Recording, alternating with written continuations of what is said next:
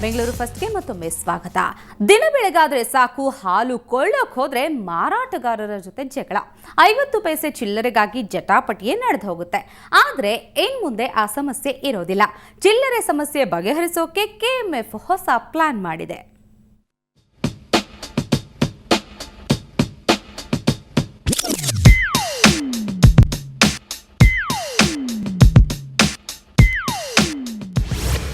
ಚಿಲ್ಲರೆ ಜಟಾಪಟಿಗೆ KMF solution. Nandini ಹಾಲಿನ ದರ ಪರಿಷ್ಕರಣೆ. ಹೌದು, ದಿನ ಬೆಳಗಾದ್ರೆ ಚಿಲ್ಲರೆ ವಿಚಾರದಲ್ಲಿ ನಂದಿನಿ ಹಾಲು ಮಾರಾಟಗಾರರು ಮತ್ತು ಗ್ರಾಹಕರ ನಡುವಿನ ಜಟಾಪಟಿ ತಪ್ಪಿಸೋದಕ್ಕೆ ಕೆಎಂಎಫ್ ಹೊಸ ಐಡಿಯಾ ಮಾಡಿದೆ.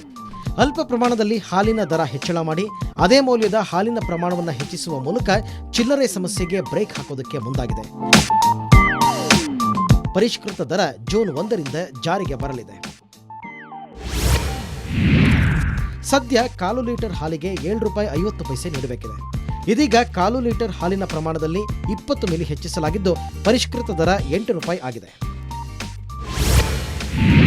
ಇನ್ನು ಅರ್ಧ ಲೀಟರ್ ಹಾಲಿನ ದರ ಸದ್ಯ ₹13.50 ಇದ್ದು, ಅರ್ಧ ಲೀಟರ್ ಹಾಲಿನಲ್ಲೂ 20 ಮಿಲಿ ಹೆಚ್ಚಿಸಲಾಗಿದ್ದು ಪರಿಷ್ಕೃತ ದರ ₹14 ಆದರೆ ₹27 ಇರುವ 1 ಲೀಟರ್ ಹಾಲಿನ ದರದಲ್ಲಿ ಯಾವುದೇ ಬದಲಾವಣೆ ಆಗೋದಿಲ್ಲ.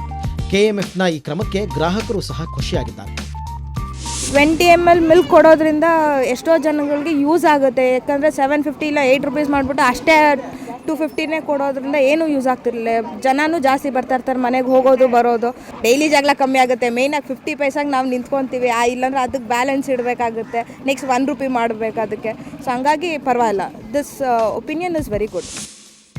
ಅಲ್ಲದೆ ಚಿಲ್ಲರೆ ಸಮಸ್ಯೆಯಿಂದ ಲಾಭ ಪಡೆಯುತ್ತಿದ್ದ ಕೆಲ ವ್ಯಾಪಾರಿಗಳು ಬೇಸರದಿಂದಲೇ ಒಪ್ಪಿಕೊಳ್ಳಬೇಕಾಗಿದೆ. MRP ₹14 ಮಾಡಾಮೇಲೆ ಚಿಲ್ಲರೆ ತಲೆನೋವು ಇರೋಲ್ಲ, ಕಿರಿಕಿರಿ ಇರೋಲ್ಲ.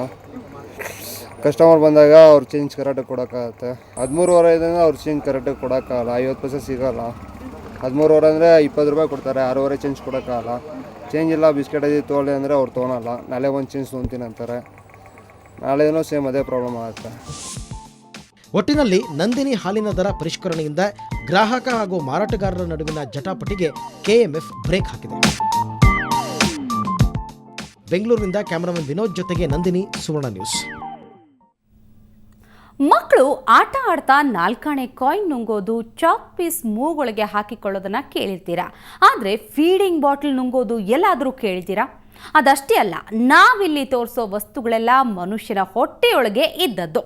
ಒಂದೊಂದನ್ನ ನೋಡ್ತಾ ಇದ್ರೆ ನೀವು ಹಾರೋದು ಗ್ಯಾರಂಟಿ.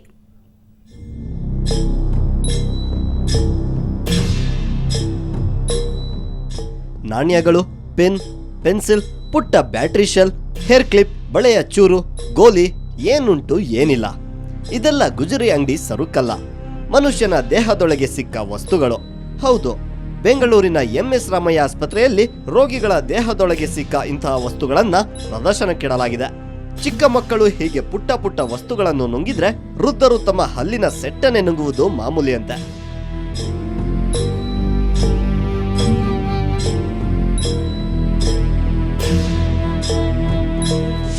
ಸಾಮಾನ್ಯವಾಗಿ ಬೇರೆ ಬೇರೆ ಥರದ ಫಾರಿನ್ ಬಾಡಿ ಅಂತೀವಿ ನಾವು. ಫಾರಿನ್ ಬಾಡಿಗಳಿಗೆ ಬೇರೆ ಬೇರೆ ಕಾರಣಗಳಿರ್ತವೆ ಏಜ್ನಲ್ಲಿ. ಈಗ ತುಂಬ ಚಿಕ್ಕ ಮಕ್ಕಳು ಕೈಗೆ ಸಿಕ್ಕಿದ್ದನ್ನೆಲ್ಲ ಬಾಯಿಗೆ ಹಾಕ್ಕೋತಾ ಇರ್ತವೆ. ಕಾಯಿನ್ಗಳು, ಚಿಕ್ಕ ಚಿಕ್ಕ ಬ್ಲೇಡು ಎಲ್ಲ ಈ ಮಕ್ಕಳು ತಿನ್ನುವಂತಹ ವಸ್ತುಗಳು. ಆ ಚಿಕ್ಕ ಪೆನ್ಸಿಲಲ್ಲಿ ನೋಡ್ತಾ ಇದ್ದೀರಿ ನೋಡಿ, ಒಂದು ಕಡೆ ಕ್ಲಿಪ್ಪು, ಇದೆಲ್ಲ ಮಕ್ಕಳ ಕೈಗೆ ಸಿಕ್ಕಿದಾಗ ಅವು ಅದನ್ನು ಬಾಯಲ್ಲಿ ಅದನ್ನು ಸ್ಪರ್ಶದಿಂದ ನೋಡ್ಲಿಕ್ಕೆ ಹೋಗಿ ಅದನ್ನು ತಿಂದ್ಬಿಡ್ತವೆ. ಹಾಗಾಗಿ ಈ ಕಾಯಿನ್ನು, ಪಿನ್ನು ಎಲ್ಲ ಹೊಟ್ಟೆಗಳಲ್ಲಿ ಸಿಗೋದು ನಮಗೆ. ಹೀಗೆ ಸಿಕ್ಕ ವಸ್ತುಗಳ ಪಟ್ಟಿಯಲ್ಲಿ ಸರ, ಸ್ಟೀಲ್ ಚಮಚ ಇದೆ. ಆದರೆ ಎಲ್ಲಕ್ಕಿಂತ ಹೆಚ್ಚು ಅಚ್ಚರಿ ಮೂಡಿಸುವುದು ಇಲ್ಲಿರುವ ಫೀಡಿಂಗ್ ಬಾಟಲ್. ಇದು ರೋಗಿಯ ದೇಹ ಸೇರಿದ್ದು ಹೇಗೆ ಅನ್ನೋದನ್ನ ವೈದ್ಯರೇ ವಿವರಿಸ್ತಾರೆ, ಕೇಳಿ. ಅದೊಂದು ತುಂಬ ವಿರಳವಾದಂಥ ಫಾರಿನ್ ಬಾಡಿ. ಅದು ನುಂಗಿದ್ದಲ್ಲ, ಅದು ಆ್ಯಕ್ಚುಲಿ ರೆಕ್ಟಲ್ ಫಾರಿನ್ ಬಾಡಿ. ಅದು ಮೋಷನ್ ಹೋಗೋ ಜಾಗದಲ್ಲಿ ಬೈ ಆಕ್ಸಿಡೆಂಟ್ ಒಬ್ಬ ವೃದ್ಧ ವ್ಯಕ್ತಿ, ಅದು ಪೈಲ್ಸೋ ಫಿಶರೋ, ಅವ್ರಿಗೆ ಅದಕ್ಕೆ ಟ್ರೀಟ್ಮೆಂಟ್ ತಗೊಳ್ಳುವಾಗ ಅದು ಆಕಸ್ಮಿಕವಾಗಿ ಒಳಗಡೆ ಹೋಗಿದ್ದು. ಅದು ರೋಗಿಯ ಪ್ರಕಾರ ಅದು ಲುಬ್ರಿಕಂಟ್ ಮೆಡಿಸಿನ್ಸು ಏನೋ ಸತ್ರ ಹಚ್ಕೊಳ್ಳೋಕ್ಕೆ ಹೇಳಿದ್ರಂತೆ.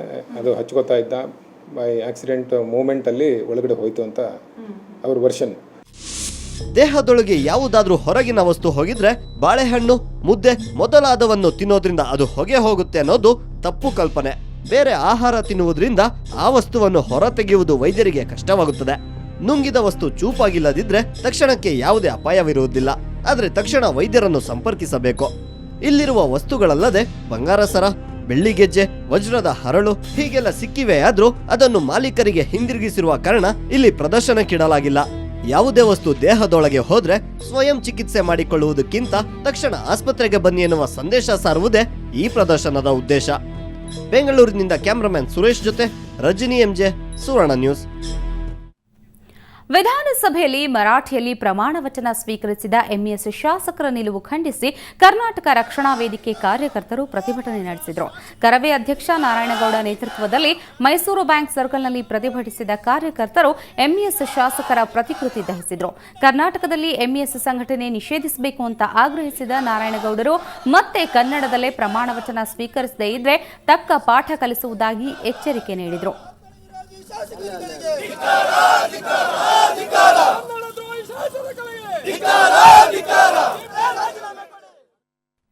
ಉರಿ ಬಿಸಿಲಿನಿಂದ ಕಾದ ಕಾವಲಿಯಂತಾಗಿದ್ದ ಬೆಂಗಳೂರು ನಗರಕ್ಕೆ ವರುಣ ತಂಪೆರೆದಿದ್ದಾನೆ. ಸಂಜೆ ಹೊತ್ತಿಗೆ ಧೋ ಅಂತ ಸುರಿದ ಧಾರಾಕಾರ ಮಳೆಗೆ ರಸ್ತೆಗಳೆಲ್ಲ ಮಿನಿ ಕೆರೆಗಳಾಗಿದ್ವು. ವಾಹನ ಸವಾರರು ಮನೆಗೆ ತೆರಳಲು ತೀವ್ರ ಪರದಾಡುವಂತಾಗಿತ್ತು.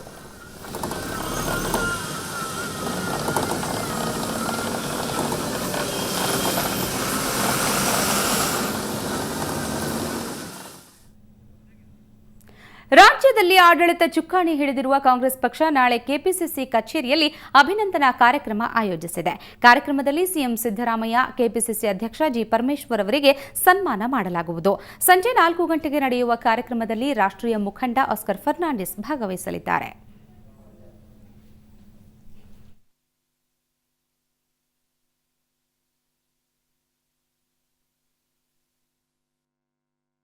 ಅಧಿಕಾರಕ್ಕೆ ತರಲು ಕಾರಣಭೂತರಾದ ನಮ್ಮ ಅಧ್ಯಕ್ಷರಾದ ಡಾಕ್ಟರ್ ಜಿ ಪರಮೇಶ್ವರ್ ಅವರಿಗೂ ಹಾಗೂ ನಮ್ಮ ಗೌರವಾನ್ವಿತ ಮುಖ್ಯಮಂತ್ರಿಯಾದ ಸಿದ್ದರಾಮಣ್ಣನವರಿಗೂ ಈ ಅಭಿನಂದನಾ ಸಮಾರಂಭವನ್ನು ನಾವು ಏರ್ಪಡಿಸಿಕೊಂಡಿದ್ದೇವೆ. ಅದೇ ರೀತಿ ನಾವು ಈ ಅಭಿನಂದನಾ ಶ್ರೀ ಸಾಯಿ ಗೋಲ್ಡ್ ಪ್ಯಾಲೇಸ್ನ ಇಂದಿನ ಚಿನ್ನದ ದರ ಎಷ್ಟಿದೆ ಅಂತ